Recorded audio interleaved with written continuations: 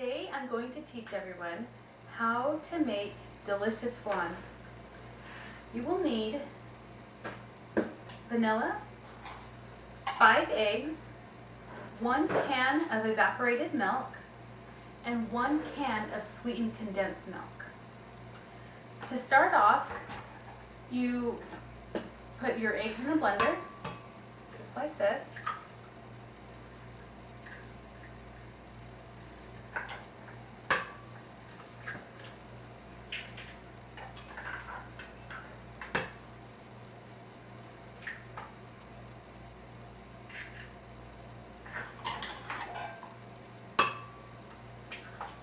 This is one of my favorite recipes because the flan is creamy and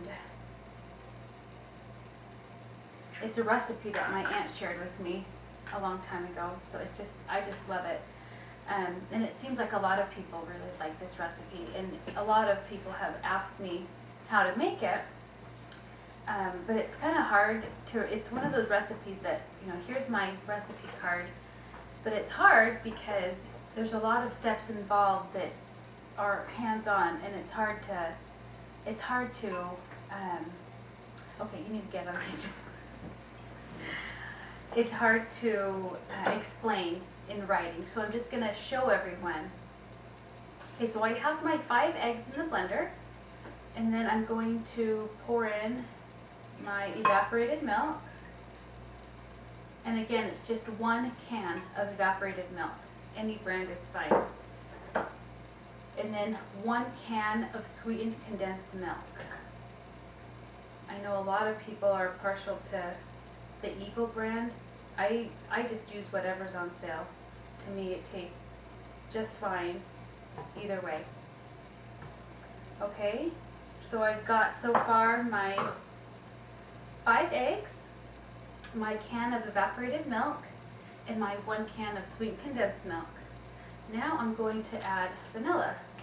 I've actually never measured how much vanilla I use, and so I'm going to measure today and tell you. So that's 1 teaspoon. Sorry, what's 1 tablespoon? And that's 2 tablespoons. And I'm going to do a little bit more. That's about 1/2. So I would say use 2.5 tablespoons of vanilla. Okay, that's all we need for your batter, for the flan batter. Now what I'm going to do is put it in my blender until it's about 1 inch high of foam on the top. So let me go do that. Okay, I'm back. I've blended it for about 1 minute. I actually counted this time and it was about 1 minute. This is the foam. You probably can't see very well, but this is the little foam that I was talking about.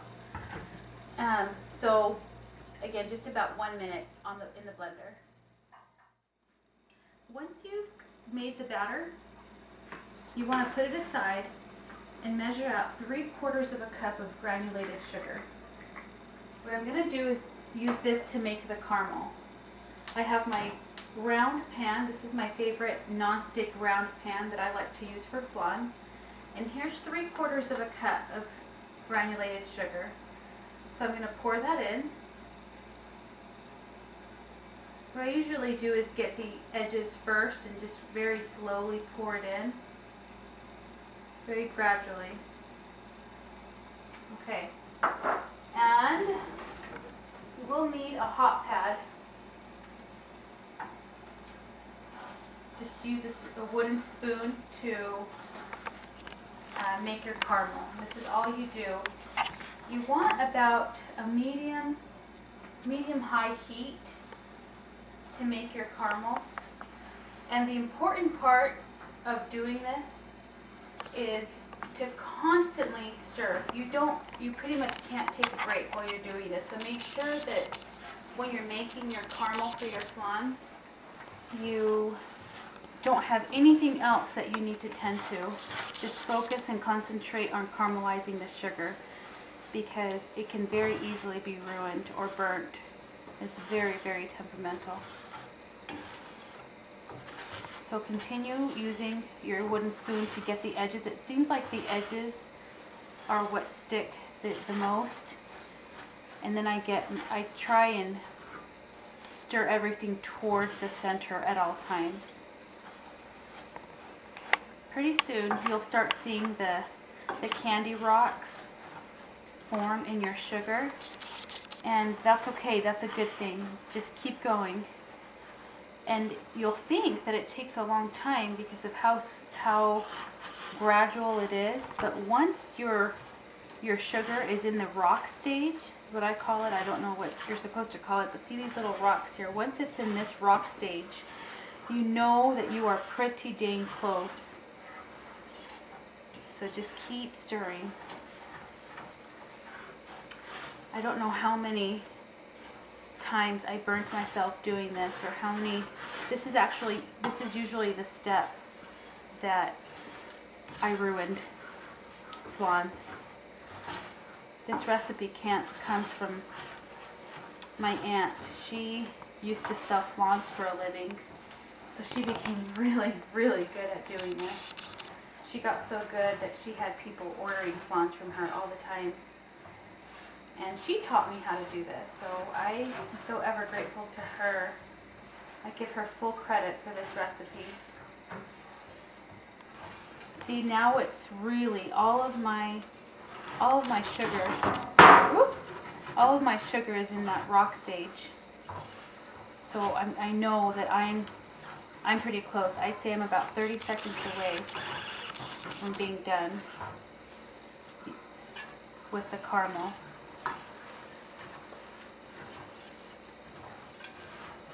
If it sticks at any point, like right here, if you notice it kind of stuck, what you want to do is send some of the caramel already, some of the sugar that's already caramelized. It's really, really hot. I send some over that way, and it easily lifts up and comes off that burnt spot. So just keep going. We're almost through. On this side, it seems like a lot of it's already done. So, almost through.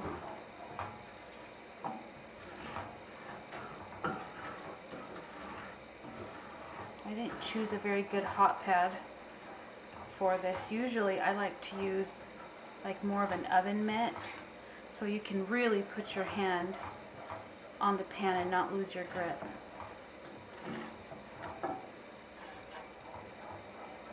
Okay. It looks like this is through. This is done. Now I'm just kind of burning out, or gonna turn this off the heat, and I'm just getting the caramel off my spoon. I'm just melting it now. My husband really likes kind of a little bit of a burnt taste to the caramel. Not quite burnt, but I know that he likes it when the sugar's kind of dark. It gives it a little bit of a different flavor. Okay. I'm going to put this aside now, and I'm going to use the batter that I had already made.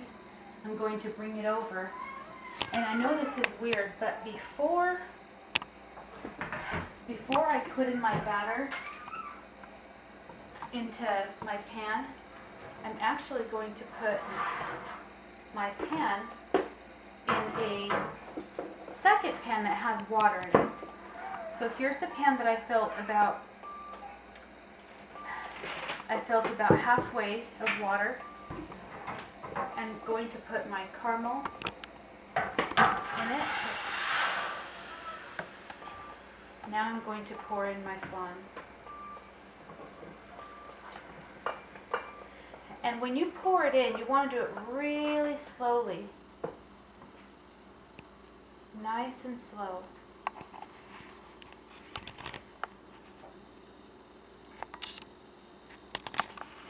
Okay, now it's ready to be put in the oven. I have my oven here at 375 degrees, and I'm going to put it in.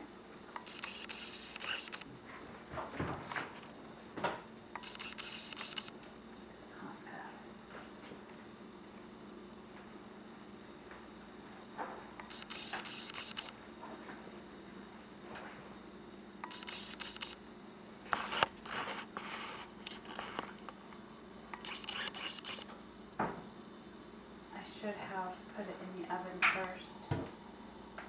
I hate doing this part. I always worry I'm going to burn myself.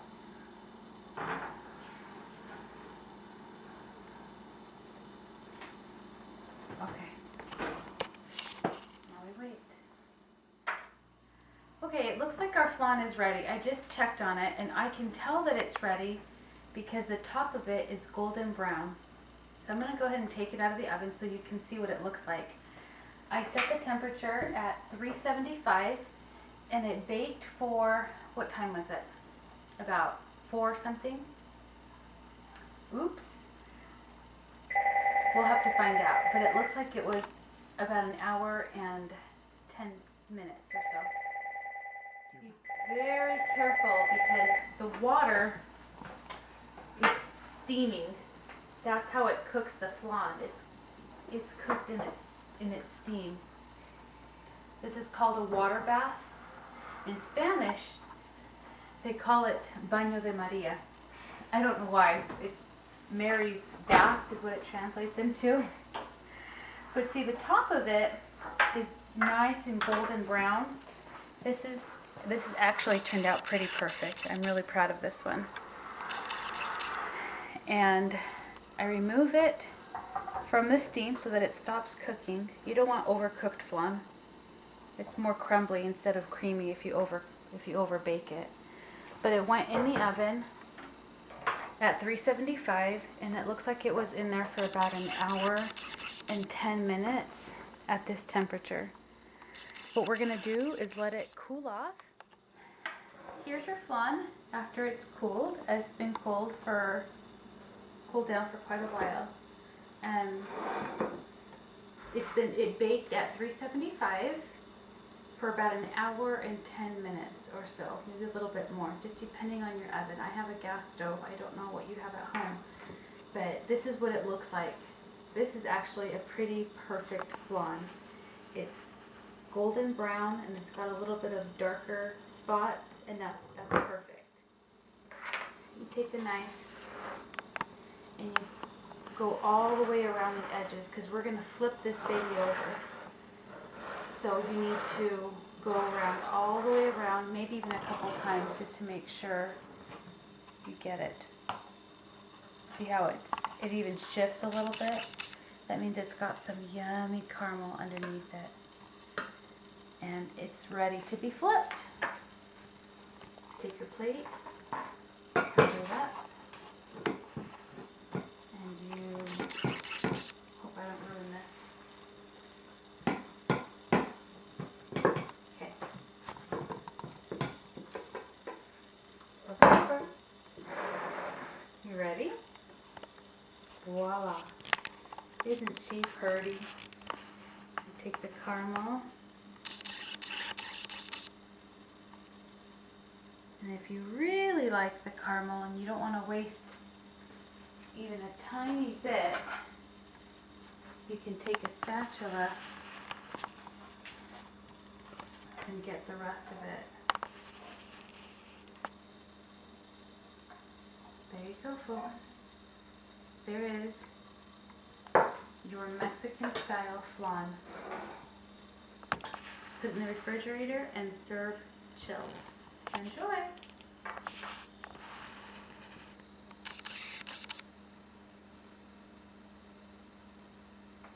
are you done?